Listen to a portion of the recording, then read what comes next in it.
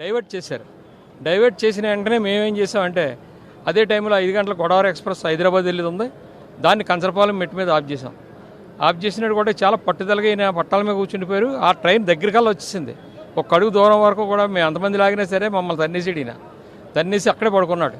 అప్పుడు మేము రైలుని ఆఫ్ చేస్తే తర్వాత మిగతా రాకపోకలన్నీ ఆగిపోయి చాలా 2 గంటల సేపు అక్కడ బంధించేసి పడ్డదనమాట. అప్పుడు మమ్మల్ని అరెస్ట్ చేస్తామన్నారు. అరెస్ట్ చేసుకోమన్నాం. పద్మనాభం గారిని చూసి జడిసిపోయారు వాళ్ళు. అరెస్ట్ అంటేకే ఈయన నేను రెడీ అయినవాడు, కానీ పోలీసు వారు సైడ్ అయిపోయారు. అటువంటి పరిస్థితుల్లో తర్వాత తుని మీటింగ్ జరిగింది. తుని మీటింగ్లో ఇది ఎప్పుడు కూడా ఆయన పోరాట సమితి ఎప్పుడు కూడా ఒక కులం పక్కన కానీ ఒక పార్టీ పక్కన కానీ ఉండేది. మిమ్మల్ని ఎవరిని రమ్మని ఆహ్వానించాం. మీ అంతటి మీరు నేను చేసే పోరాటం కరెక్ట్ అయింది అయితే మీరు రండి అనేటప్పటికీ అందరూ కూడా కులమత భేదాలు లేకుండా పార్టీ ప్రమేయం లేకుండా ప్రతి ఒక్కరు కూడా ఆయన కూడా వెంటాడి ఉండేవాళ్ళం. అదే తునిది అయింది. తునిది ఎవరో చేసిన తప్పుకి ఈయన తిప్పారు. ఎన్నో సంవత్సరాలు మీకు తెలియదు ఏం కాదు ఇది. కానీ ఆ కేసు కొట్టివేయబడింది ఈ మధ్యలో. అంతకాలం కూడా ఈయనే తిరిగారు.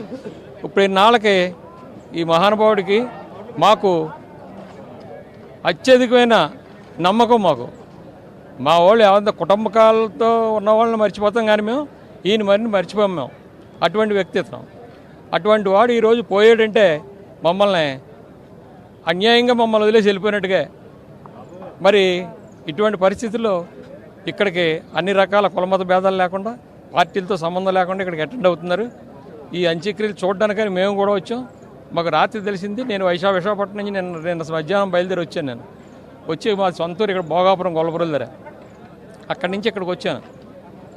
బాబు గారిని నమస్కరించుకుని మేము ఎలా వెను తిరుగుతున్నాం. మళ్ళీ భోజనాలు చేసి మళ్ళీ వస్తాం. మధ్యాహ్నానికి వచ్చి వర్కౌట్ చేస్తాం. ఇక్కడ జరిగింది.